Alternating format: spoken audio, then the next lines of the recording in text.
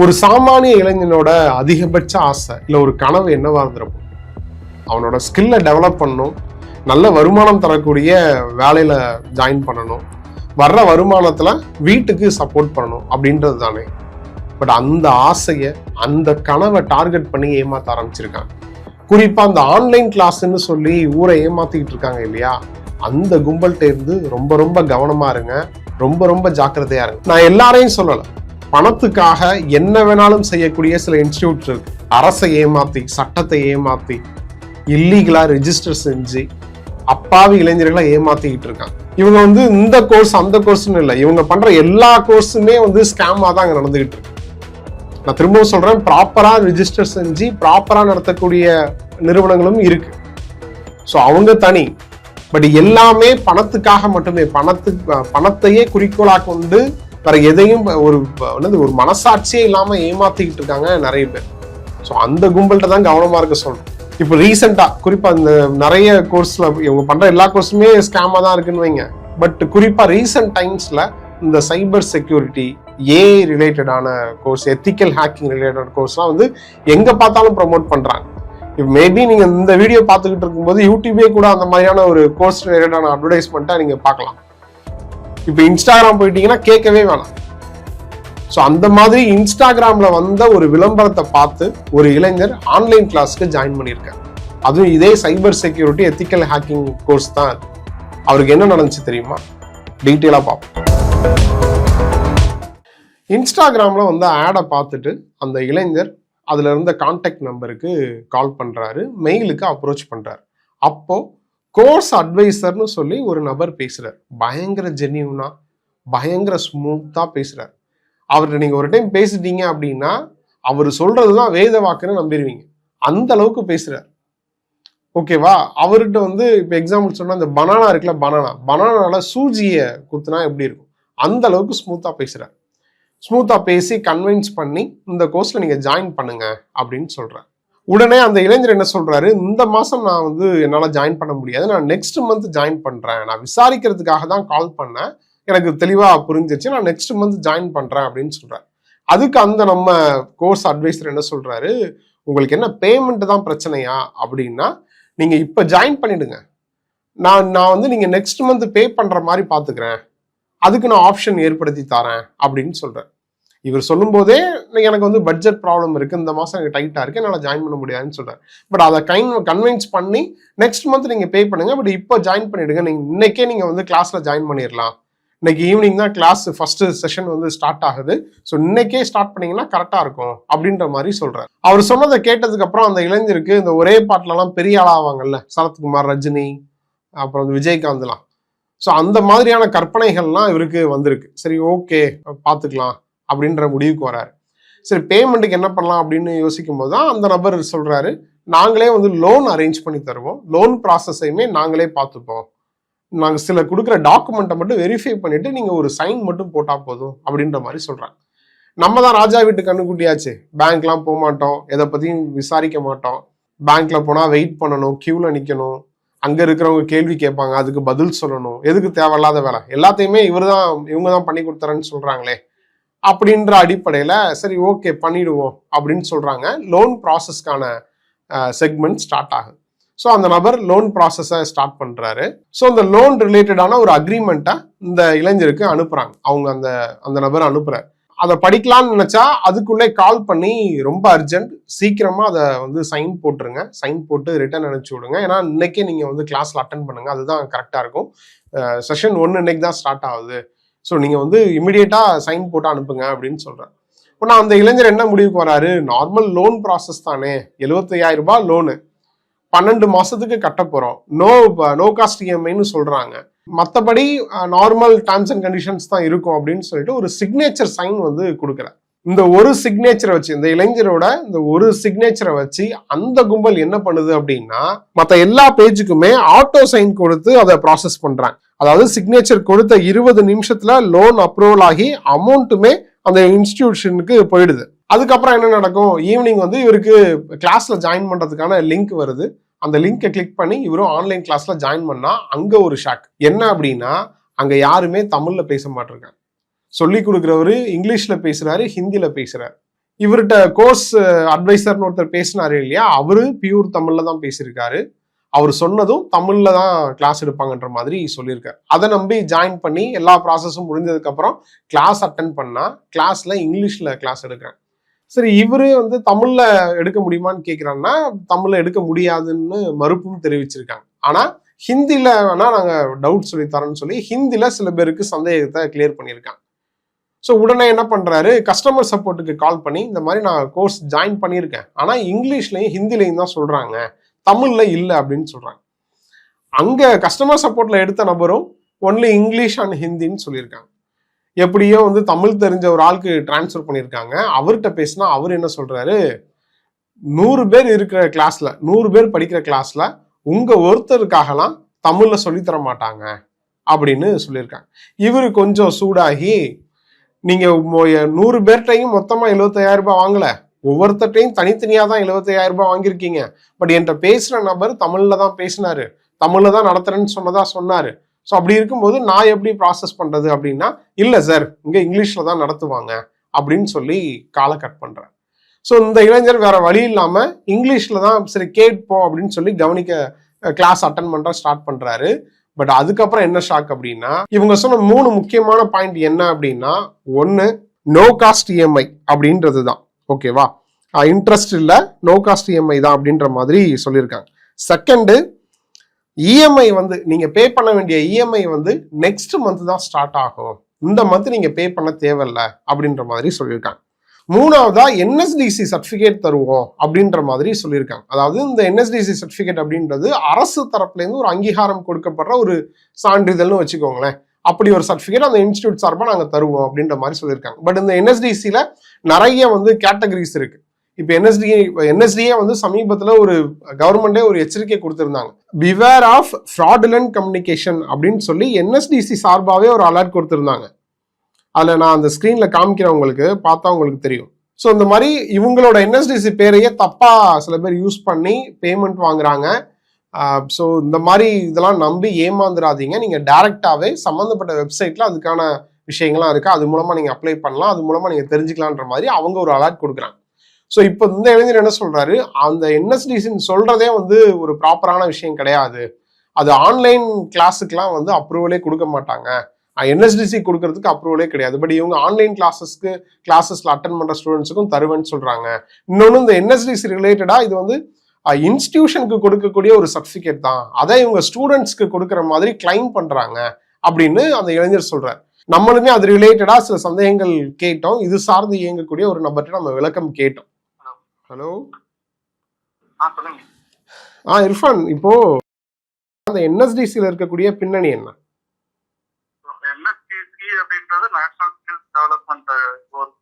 இது வந்து நம்ம இந்தியன் கவர்மெண்டால வந்து அப்ரூவ் பண்ணப்பட்ட பார்ட்னர்ஸால மட்டும் தான் கொடுக்க முடியும். ஓகே, ஒரு ட்ரைனிங் சென்டர், இப்ப நானே ஒரு ட்ரைனிங் சென்டர் வச்சிருக்கேன் அப்படின்னு சொன்னா, இப்ப நான் என்எஸ்டிசி சர்டிபிகேஷன் கொடுக்கணும் அப்படின்னு நினைக்கும் போது நான் கவர்மெண்ட் அப்ரோச் பண்ணுவேன். அதுக்கு வெப்சைட் இருக்கு. அத்த பார்ட்னரா நான் என்னோட கம்பெனி டீடைல்ஸ் எல்லாத்தையுமே கொடுக்கும்போது அதை அனலைஸ் பண்ணிட்டு அவங்களோட கிரைடீரியாஸ் இருக்கு. அவங்களோட கிரைடீரியாஸ் மீட் பண்ணும் போது அவங்க நம்மள ஒரு பார்ட்னரா அப்ரூவ் பண்ணுவாங்க. அப்ப அதுக்கு வந்து கிரைடீரியா மீட் பண்ணும் போது அதுல வந்துட்டு கம்பெனிஸோட அந்த கோர்சஸ் நம்ம கிளாஸஸ் எடுக்கிறோம் இல்லையா, அந்த ட்ரைனிங்கோட நம்பர் ஆஃப் ஸ்டூடெண்ட்ஸை பேஸ் பண்ணியும் அவங்களோட டர்ன் ஓவர்ஸ் பேஸ் பண்ணியும் தான் இதை வந்து கவர்மெண்ட் ப்ரொவைட் பண்றாங்க. ப்ரொவைட் பண்ணும்போது இந்த மாதிரி இன்ஸ்டிடியூஷன்ஸ்லயே வந்து அவங்க 2 கேட்டகரி ஆஃப் இன்ஸ்டிடியூஷன்ஸை வந்து அவங்க வந்து அப்ரூவ் பண்றாங்க. ஒண்ணு வந்து அவங்களோட ஸ்கீம்ஸ் இருக்கு, நிறைய டிஃப்ரெண்ட் ஸ்கீம்ஸ் வச்சிருக்காங்க. ஃபார் எக்ஸாம்பிளுக்கு அவங்க வந்து PMKVY அப்படின்னு சொல்லி ஒரு ஸ்கீம் வச்சிருக்காங்க. இது பிரதம மந்திரி கௌசல் விகாஸ் யோஜனா அப்படின்னு சொல்றாங்க. இந்த மாதிரி அதே மாதிரி PMKK, PMVK அப்படின்னு சொல்லிட்டு பல கோர்சஸ் வந்து பல கேட்டகரி ஆஃப் இன்ஸ்டிடியூஷன்ஸ் வச்சிருக்காங்க. இது வந்து எப்படி அப்படின்னு சொன்னா நம்மளோட ஸ்கீம் தான், கவர்மெண்டோட ஸ்கீம். இந்த ஸ்கீம்க்குள்ள ஒரு பர்டிகுலர் இன்ஸ்டிடியூஷன் வந்துட்டு அவங்களோட சர்வீசஸ் எல்லாம் அலைன் ஆகுது அப்படின்னு சொல்லும் போது அவங்க ஃபண்டட் இன்ஸ்டிடியூஷன்ஸ் தான் வந்து அப்ரூவ் பண்றாங்க. ஃபண்டட் இன்ஸ்டிடியூஷன்ஸ் சொல்லும் போது கவர்மெண்ட் அவங்களுக்கு பே பண்ணிடும். அந்த இன்ஸ்டிடியூட்டா இவங்க வந்து ஸ்டூடெண்ட்ஸ் கிட்ட எந்த பேமெண்ட்டும் வாங்க வேண்டிய அவசியம் இல்லை. ஃபுல் அண்ட் ஃபுல் வந்து கவர்மெண்டே ஃபண்ட் பண்ணி, for example government aid schools மாதிரியோ கவர்மெண்ட் ஸ்கூல்ஸ் மாதிரியோ அது வந்து ஒர்க் ஆகும். ஆனா இதெல்லாம் வந்து அந்த கிரைடீரியா மீட் பண்ணாத இன்ஸ்டிடியூஷன்ஸால வந்து கவர்மெண்ட் ஃபண்டிங் கிடைக்காது. கவர்மெண்ட் ஃபண்டிங் கிடைக்காதவங்க மட்டும்தான் வந்து ஸ்டூடெண்ட்ஸ் கிட்ட வந்து அந்த பேமெண்ட்ஸ்ல வந்து கலெக்ட் பண்ணிக்கிறாங்க. ஓகே, பட் பேமெண்ட் கலெக்ட் பண்ணி அந்த சர்டிபிகேட் கொடுக்கலாம். ஆனா கொடுக்கலாம். சோ அந்த சர்டிபிகேஷன் கொடுக்கணும் அப்படின்னு சொன்னா அந்த ஃபர்ஸ்ட் அந்த கோர்சஸ் இப்ப படிக்க போறோம் இல்லையா, எல்லா கோர்சஸ்க்கும் என்எஸ்டிசிக்கான அந்த அப்ரூவல் கிடைக்காது. என்எஸ்டிசின்ற கான்செப்ட் வந்ததே வந்து மெயினா ஒகேஷனல் கேட்டகரி ஆஃப் ஸ்டூடெண்ட்ஸ்க்கு தான். ஃபார் எக்ஸாம்பிளுக்கு இந்த ஐடிஐ படித்தவங்க, டிப்ளமோ படித்த கேட்டகரி ஸ்டூடெண்ட்ஸ் வந்து ஒரு ப்ராப்பர் வந்து இது கிடைக்காது, ஒரு அக்ரிடேஷன் கிடைக்காது. ஏன்னா டிகிரி இந்த மாதிரி கூட முன்னாடி எல்லாம் அக்செப்ட் பண்ணிக்காததுனால அவங்களுக்கான ஒரு ஸ்கில் அப்டேட்டிங் ஒரு கான்செப்டாக இந்த என்எஸ்டிசின்றது இன்ட்ரோடியூஸ் ஆனது. ஸோ அவங்களுக்கான கோர்சஸ் தான் முன்னாடி எல்லாம் வந்து அதிகமான கோர்சஸ் இருந்துச்சு, அதுதான் லிஸ்டடா இருந்தது. இப்ப ரீசெண்ட் டேஸ்ல வந்து கொஞ்சம் ஐடி ரிலேட்டட் கோர்சஸும் கொஞ்சம் இன்ஜினியரிங் ரிலேட்டட் கோர்சஸும் ஃபியூ திங்ஸ் தான் ஆட் ஆயிருக்கு. அதுல எல்லாமே எல்லாம் அதுல இருக்காது. ஓகே, இப்போ இந்த ஒரு இன்ஸ்டிடியூஷன் இல்ல, இப்போ ஒரு இன்ஸ்டிடியூஷன் வந்து இந்த மாதிரி என்எஸ்டிசி சர்டிபிகேட் நாங்க கொடுக்குறோம் அப்படின்னு சொல்லி அவங்களோட இன்ஸ்டிடியூஷனை ப்ரோமோட் பண்ணிக்கலாமா, பண்ண முடியுமா? அப்படி கொடுக்கலாம். சோ அவங்க வந்து ப்ரோமோட் பண்ணிக்கலாம். சோ பட் அது அவங்களுக்கு ப்ராப்பரான அப்ரூவல் இருக்கணும். அவங்க லிஸ்டட் கோர்சஸ் எடுக்கிறாங்கன்னா அந்த பர்டிகுலர் கோர்சஸ் என்எஸ்டிசி கான்டெக்ட்ல வந்து அவங்க பண்றாங்கன்னு சொல்லிட்டு அவங்க அப்ரூவல் வாங்கி ஈவன் அவங்க லோகோஸ் கூட அவங்க சர்டிபிகேட்ஸ் பிரிண்ட் பண்ணி அவங்க தாராளமா பண்ணிக்கலாம். இல்ல இதுல இன்னொன்னு சொல்றாங்களே, ஆன்லைன் கிளாஸ் அட்டெண்ட் பண்ற ஸ்டூடெண்ட்ஸுக்கோ இல்ல ஆன்லைன் கிளாஸஸ்க்கோ இது அப்ரூவல் கிடையாது, ஆஃப்லைன் கிளாஸஸா நடத்தக்கூடிய இன்ஸ்டிடியூஷனுக்கு மட்டும் தான் அப்ரூவல் சொல்றாங்க. அதுல எதுவும் உங்களுக்கு தெளிவு இருக்கா? அதுல வந்துட்டு அது லைக் பிஃபோர் அப்படி இருந்ததுனாலும் இப்ப ரீசெண்ட் டேஸ்ல ஆன்லைன்ல ஸ்கில்ஸ் இந்தியாலயே வந்து ஆன்லைன் போர்ட்டலே இருக்கு, இ ஸ்கில்ஸ் இந்தியா அப்படின்னு சொல்லிட்டு. அந்த போர்ட்டல்ல போய் நீங்க பார்க்கலாம் என்னென்ன மாதிரி கோர்சஸ் அவங்க வந்து அப்ரூவ்டு கோர்சஸ் இருக்குன்றது. பிளஸ் அதுக்கப்புறம் ஒரு இன்ஸ்டிடியூஷன் உங்ககிட்ட என்எஸ்டிசி வந்து அவங்க நாங்க கொடுக்குறோம் அப்படின்னு சொல்றாங்கன்னா நீங்க ஆன்லைன்ல செக் பண்ணி பார்க்கலாம். அந்த என்எஸ்டிசி வெப்சைட் போர்ட்டல்லே வந்து ட்ரைனிங் பார்ட்டர்ஸ்லாம் இருக்கும். நீங்க நேம் டாக வந்து சப்மிட் பண்ணி இந்த பர்டிகுலர் சர்க்கிள் வந்து எப்போ ரெஜிஸ்டர் பண்ணாங்க, எப்போல இருந்து ரன் பண்றாங்கன்றது வரைக்கும் கூட அதுல டீடைல்ஸ் இருக்கு. இதை நீங்க தாராளமா செக் பண்ணிக்கலாம். இல்ல இது நம்ம ஆஃப்லைன் ஆன்லைன் கோர்சஸ் பண்ணக்கூடிய இன்ஸ்டிடியூஷனுக்கும் அவங்க அப்ரூவல் கொடுக்குறாங்களான்னு கேக்குறேன். கொடுத்திருக்காங்க. சோ நீங்க அது ஆன்லைன்ல செக் பண்ணாலே உங்களுக்கு தெரியும் இந்த பர்டிகுலர் இன்ஸ்டிடியூஷன்ஸ் அங்க இருக்குன்றதை நீங்க செக் பண்ணி பார்த்துக்கலாம். ஓகே, ஆமா. சோ ஆன்லைன் கோர்சஸ் இருக்கு. சோ ஆன்லைன் கோர்சஸ் அவங்கள்ட்டே இருக்கு. என்னென்ன அவைலபிள் கோர்சஸ் இருக்குன்றது ஸ்கில் இந்தியாவோட வெப்சைட்லயே வந்து அவைலபிளாவும் இருக்கு. ஓகே, இப்ப ஜென்ரலா இப்போ ஒரு ஸ்டூடெண்டா இருக்கக்கூடியவங்க, இப்ப நீங்க இந்த ஃபீல்ட்ல இருக்கிறதுனால கேக்குறேன், இப்ப நிறைய இந்த மாதிரி ப்ரொமோட் பண்றாங்க, தப்பான ப்ரொமோஷனா இருக்கு, ஸ்கேம் பண்றாங்க, பணத்தை கொடுத்து ஏமாந்த நிறைய இளைஞர்கள் சொல்றாங்க. இப்போ ஒரு ஸ்டூடெண்ட் வந்து ஒரு ஆன்லைன் கோர்ஸ்லயோ இல்ல ஒரு இன்ஸ்டிடியூஷனை சூஸ் பண்றான் அப்படின்னா அதுக்கு ஃபர்ஸ்ட் என்ன செக் பண்ணணும், அவன் எதை செக் பண்ணிட்டு அவன் தெளிவானதுக்கு அப்புறம் அதை ஜாயின் பண்ணணும்? ஓகே, சோ இது ஒரு தேவையான கேள்வி தான், ஒரு முக்கியமான கேள்வி. ஏன்னா எல்லாருமே வந்து இந்த பர்டிகுலர் சினாரியோல ஸ்கூல் முடிக்கிறோம், காலேஜ் முடிக்கிறோம், அதுக்கு அடுத்து ஒரு வேலை வாய்ப்புன்னு போய் தேடும் போது எக்ஸ்ட்ரா ஒரு ஸ்கில்ஸ் கேட்கும் போது நம்ம ஏதோ ஒரு ட்ரைனிங் சென்டர்ல போய் படிக்கலாம் அப்படின்னு சொல்லி போகும்போது இதுல நிறைய பேர் பண்ணக்கூடிய மிஸ்டேக்ஸ் அளவு இருக்கு. ஓகே, சோ அதுல மேஜரா வந்து இதுல இருந்து நம்ம எப்படி வந்து தப்பிக்கலாம், ஏன்னா நிறைய பேர் கோர்சஸ் படிக்கிறாங்க, அந்த கோர்சஸ் யூஸ்ஃபுல்லா இல்லாம போற கோர்சஸ் கூட இருக்கு. நம்ம இதை அவாய்ட் பண்றது எப்படி அப்படின்னு சொல்லும் போது ஃபர்ஸ்ட் ஒரு இன்ஸ்டிடியூட் நீங்க வந்து தேர்ந்தெடுக்கிறீங்க அப்படின்னா ஆன்லைன்ல சர்ச் பண்ணுங்க. ஏன்னா முன்ன மாதிரி கிடையாது, எல்லாமே ஆன்லைன்ல அவைலபிளா இருக்கு. நீங்க ஆன்லைன்ல சர்ச் பண்ண போங்க. சர்ச் பண்ணும் போது ஒரு இன்ஸ்டிடியூட்னு இருக்காதீங்க, ஒரு 3-4 இன்ஸ்டிடியூட் வந்து நீங்க வந்து எடுத்துக்கோங்க. உங்களோட லொக்காலிட்டியில இருக்கக்கூடிய இன்ஸ்டிடியூட் எடுத்துக்கோங்க. ஆன்லைன்ல எடுத்ததுக்கு அப்புறம் கூகுள் ரிவ்யூஸ் செக் பண்ணுங்க. கூகுள் ரிவ்யூஸ்லயே மோஸ்ட்லி ஓரளவுக்கு உங்களுக்கு பேரா கிடைச்சாலும் சில இன்ஸ்டிடியூஷன்ஸ் என்ன பண்ணுவாங்க அப்படின்னா கூகுள் ரிவ்யூஸ்ல வந்து பெட்டர் ரிவ்யூ கொடுத்தாலும் சர்டிபிகேஷன் தருவான்ற பல இன்ஸ்டிடியூஷன்ஸ் தான் இருக்கு. அவங்களே கூகுள் ரிவ்யூ கொடுத்துப்பாங்க. ஆமா, அவங்களே இப்ப ரிவ்யூ கொடுத்து வச்சிருவாங்க. அப்ப அது பெட்டரா கூட இருக்க மாதிரி ஃபீல் ஆகும். அப்ப நெக்ஸ்ட் நீங்க என்ன பண்ணணும், ஆஃப்டர் கூகுள் ரிவ்யூ நீங்க வாக்இன் பண்ணிடணும். ஒரு இன்ஸ்டிடியூஷன் ஆஃப்லைன்ல தான் இருக்கு ஏங்குறது அப்படின்னா நீங்க டைரக்டா வாக்இன் பண்ணுங்க, உள்ள போய் டிஸ்கஸ் பண்ணுங்க. டிஸ்கஸ் பண்ணும்போது அங்க இருக்கக்கூடிய ஃப்ரெண்டஸ்ட் பீப்புள்கிட்ட மட்டும் பேசாதீங்க, அங்க இருக்கக்கூடிய ட்ரெயினர்ஸ் கூட பேசுங்க. ஏன்னா மெயினா உங்களுக்கு கிளாஸஸ் எடுக்க போறது ட்ரெயினர்ஸ் தான் அப்படின்னு சொல்லும் போது ட்ரெயினர்ஸ் எப்படி இருக்காங்க, அவங்க வந்து வெல் எஜுகேட்டட் தானா, பெட்டர் ப்ரொஃபைல் இருக்கா. ஏன்னா நிறைய இன்ஸ்டிடியூஷன்ஸ்ல ஒரு காலேஜ் முடிச்ச கேட்டகரி பீப்புளே கூட ட்ரெயினரா வச்சிருவாங்க. அவங்களுக்கு இருக்க அனுபவம் தான் உங்களுக்கு ஷேர் பண்ண முடியுமே தவிர்த்து பெட்டரான அனுபவம் ஷேர் பண்ண முடியாது. அப்ப எக்ஸ்பீரியன்ஸ் என்ன ட்ரெயினர்ஸ் இருக்காங்களான்றதை நீங்க பார்க்கலாம். சோ தென் அதுக்கப்புறம் நீங்க ஒரு டெமோ கிளாஸ் கேட்கலாம். சோ நீங்க வந்துட்டு ஒரு 1 hour டெமோ இல்ல 2 hour டெமோ கிளாஸஸ் வந்து கேட்கலாம். இது எல்லாமே உங்களோட ரைட்ஸ் தான். இதெல்லாம் வந்து நீங்க ஒரு இன்ஸ்டிடியூஷன்ல தேர்றதுக்கு முன்னாடி பண்ண வேண்டிய ப்ரீ செக். தேர்றதுக்கு அப்புறம் வந்து நம்ம யோசிக்கிறத விட தேர முன்னாடி நீங்க இதெல்லாம் செக் பண்ணுங்க. இப்ப டெமோ கிளாஸ்னா எப்படி நம்ம சொல்ற கோர்ஸ் ரிலேட்டடா அவங்களே கிளாஸ் எடுத்து காமிக்க சொல்லணுமா? எக்ஸாக்ட்லி. நம்ம ஒரு கோர்சஸ் போறோம் அப்படின்னு சொன்னா இப்ப அந்த கோர்ஸோட ஓவர்வியூ கேளுங்க, ஒரு சிலபஸ் கேட்கலாம். என்னென்ன கண்டென்ட்ஸ் எல்லாம் எடுக்க போறாங்க எனக்கு ஓவர்வியூவா கேளுங்க. அது வந்து ட்ரெயினர்ஸ் சொல்றத கேளுங்க. ஏன்னா ட்ரெயினர்ஸ் தான் இருக்க போறாங்க. அப்ப அவங்களோட லாங்குவேஜ் நமக்கு அண்டர்ஸ்டாண்ட் ஆகல. இது நிறைய பேரியர். இப்ப நமக்கு வந்து தமிழ்ல வேணும் அப்படின்னு எதிர்பார்க்கும் போது நம்ம தமிழ்ல போகலாம். ஏன்னா நம்ம இங்க வந்து போக போறது டெக்னிக்கல் லேர்னிங்காக தான். அங்க நம்ம லாங்குவேஜ் கத்துக்க போல. இல்ல இங்கிலீஷ்ல தான் இருக்கு, கம்பெனிஸ் எல்லாம் இங்கிலீஷ்ல தான் இயங்குது, இங்கிலீஷ் தான் தெரிஞ்சுக்கலாம். அது இங்கிலீஷ்க்கு நம்ம ஸ்போக்கன் இங்கிலீஷ் வெளியே போய்க்கலாம். டெக்னிக்கலா கத்துக்கும் போது அந்த மதர் லாங்குவேஜ்ல நம்ம கத்துக்கிறோம், தாய்மொழியில கத்துக்கிறோம்னு சொல்லும் போது அது இன்னும் பெட்டரா ஒரு அண்டர்ஸ்டாண்டிங் கிடைக்கும். அப்ப அந்த இடத்துல நம்ம அந்த லாங்குவேஜ் வந்து ட்ரெயினருக்கு பேச தெரியுதா, அதுக்கப்புறம் நம்ம வந்து ஒரு டெமோ கிளாஸ் போயிட்டோம்னாவே அதுல வந்து நல்ல ஒரு ஜெனியூனா நமக்கு ஒரு அண்டர்ஸ்டாண்டிங் கிடைச்சிடும், இவங்க நமக்கு கொடுப்பாங்க அப்படின்றது. தென் அதுக்கப்புறம் நீங்க கமிட் பண்ணலாம். சப்போஸ் இதுல ஏதோ ஒண்ணு உங்களுக்கு அலைன் ஆகலன்னா அடுத்த இன்ஸ்டியூட் போய்க்கலாம். இப்ப நம்ம டெமோ கிளாஸ் கேட்டா அவங்க பண்ணி கொடுப்பாங்களா, அதை பண்ணி காமிப்பாங்களா நமக்கு? அது நம்ம ரைட்ஸ் தான் சொல்றீங்களா? டெஃபினெட்லி அவங்க பண்ணி கொடுப்பாங்க. ஏன்னா இப்ப நம்ம வந்துட்டு எப்படி நமக்கு வந்து ஒரு ட்ரைனிங் அவசியம் நினைக்கிறோமோ, ஆஸ் அ ட்ரைனிங் இன்ஸ்டியூட்டா நீங்க அவங்களுக்கான ஒரு கிளையண்ட், நீங்க அவங்களுக்கான அவங்க நினைக்கணும். அவங்க நினைச்சா அவங்க அதுக்கான விஷயங்கள் பண்ணுவாங்க. நினைக்கல அப்படின்னா நீங்க அடுத்த இன்ஸ்டியூட் போய்க்கலாம். அப்ப நமக்கு அலைன் ஆச்சுன்னா மட்டும் போகலாம். ஏன்னா இதுல நிறைய மிஸ்டேக்ஸ் நடக்கிறதுக்கு காரணமே அந்த அவசரம் தான். நம்ம வந்து உடனே படிக்கிறோம், இமீடியட்டா வேலைக்கு போகணும் அப்படின்ற ஒரு ஆர்வத்துல வந்து இப்ப இன்னொன்னு, ஆமா புரியுது, எக்ஸாக்டா கரெக்ட் தான். இன்னொன்னு என்னன்னா, இப்போ அந்த இன்ஸ்டிடியூஷன் வந்து ரிஜிஸ்டர் பண்ணது தானா, அரசு அங்கீகாரம் பெற்றது தானா அப்படின்றத வெரிஃபை பண்ண முடியுமா நம்மளால? இங்க நீங்க கேட்கும் போது எல்லா இன்ஸ்டிடியூஷன்ஸ்க்கு வந்து கவர்மெண்டோட அப்ரூவல் கிடைக்காது. இப்ப என்எஸ்டிசி அப்படின்றது அதுல லிஸ்டட் ப்ரோக்ராம்ஸ் மட்டும் தான் இருக்குன்னு சொல்லிட்டோம் இல்லையா? அதை தவிர்த்து இருக்கக்கூடிய ஒரு ஜெனரல் ட்ரைனிங் சென்டர்ஸால வந்து கவர்மெண்ட் வந்து அந்த கோர்ஸுக்கான அப்ரூவல்ஸ் எதுவும் கொடுக்க மாட்டாங்க. இன்ஸ்டியூட்டுக்குன்னு சில ரெஜிஸ்ட்ரேஷன்ஸ் இருக்கும். லைக் எம்எஸ்எம்இ ரெஜிஸ்ட்ரேஷன் இருக்கு, எம்எஸ்எம்இ இருக்கும், ஐஎஸ்ஓ ரெஜிஸ்ட்ரேஷன் இருக்கும். ஒரு ப்ராப்பர் ஜிஎஸ்டி வச்சு ஏங்குறாங்களான்றதை நீங்க பாக்கலாம். அப்ப இதெல்லாம் வச்சீங்க அப்படின்னு சொன்னா அது வந்து ப்ராப்பரா ரன் ஆயிட்டு இருக்கிறது. இதெல்லாம் நீங்க கேட்கலாம். உங்களுக்கு எம்எஸ்எம்இ இருக்கா அப்படின்றத நீங்க என்ன பண்ணலாம், அவங்க கிட்ட தாராளமா நீங்க கேட்கலாம். அதெல்லாம் அவங்க ப்ரொவைட் பண்ணுவாங்க. ஓகே, நன்றி இர்ஃபான். ஸோ இர்ஃபான் சொன்னதை கேட்டிருப்பீங்க. ஸோ நீங்கள் ஒரு இன்ஸ்டிடியூஷனை சூஸ் பண்ணுறீங்க, இல்லை இந்த கோர்ஸை இந்த இடத்துல படிக்க போகிறேன் அப்படின்னு சொல்கிறீங்கன்னா அது சாதாரணமான முடிவு கிடையாது. உங்களோட லைஃபுக்கான முடிவு. அடுத்தது உங்களோட கெரியர் அது மூலமாக தான் மூவ் ஆக போகுது அப்படின்னா அதில் நிறைய விஷயங்களை நீங்கள் செக் பண்ணணும்.